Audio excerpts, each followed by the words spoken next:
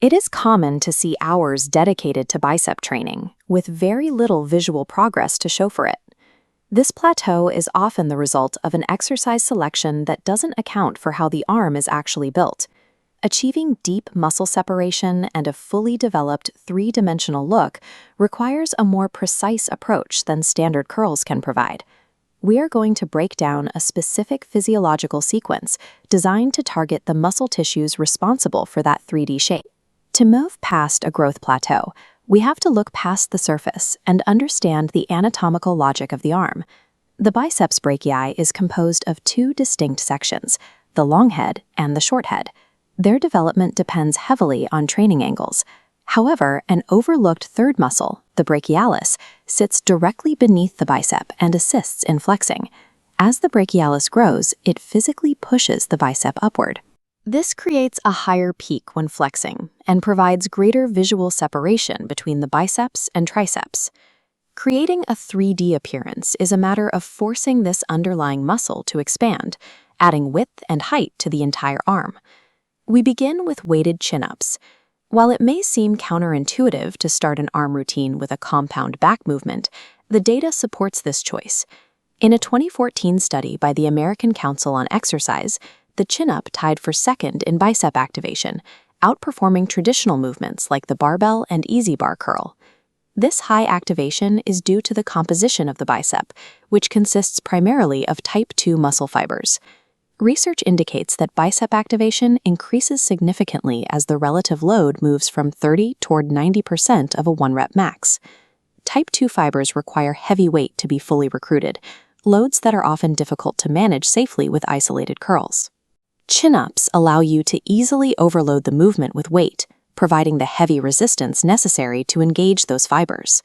Starting with a heavy compound movement serves as the primary trigger for growth, by recruiting high-threshold motor units that lighter isolation work cannot reach.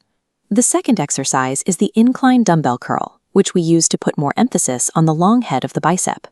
By lying on an incline, your shoulder is placed into a hyperextended position. Because the long head runs over the shoulder joint, this position stretches it more than the short head, allowing it to produce more force during the movement. Unlike the preacher curl, where tension often diminishes at the top of the rep, studies show the long head remains active throughout this entire range of motion. Manipulating the torso angle forces the long head to endure maximum tension from the start of the stretch to the end of the full contraction. Next is the concentration curl. This specific movement has been shown to elicit higher bicep activation than any other common curling exercise. To maximize the involvement of the short head, you must turn your wrist out as you curl, a process known as supination. Pressing your arm against your leg prevents the arm from swaying. This isolates the bicep by significantly reducing the activation of the anterior deltoid. There is also a psychological benefit. Visually tracking the contraction as it happens may help strengthen the mind-muscle connection. Physically locking the arm and rotating the wrist helps remove the momentum that usually dissipates the load. This concentrates the tension on the short head, building the bicep's aesthetic peak. To finalize the routine, we focus on lateral arm width using the reverse grip easy bar curl. Using a pronated grip shifts the mechanics of the lift. Because the bicep's primary role is to supinate the wrist, this grip puts it at a mechanical disadvantage. With the biceps sidelined, the workload shifts onto the brachialis and the brachioradialis to flex the arm. EMG studies confirm that using this grip effectively reallocates the tension away from the biceps and onto these underlying muscles. This targeted approach to the brachialis is what provides the thick, three-dimensional width that is visible from the front. Methodical. To implement this protocol, perform these 4 exercises in this specific order: weighted chin-ups, incline curls, concentration curls, and reverse easy bar curls. Complete exactly 3 sets for each movement. Stick to a heavy rep range of 6 to 8 reps. This ensures you are lifting enough weight to recruit all available motor units. This covers the anterior portion of the arm.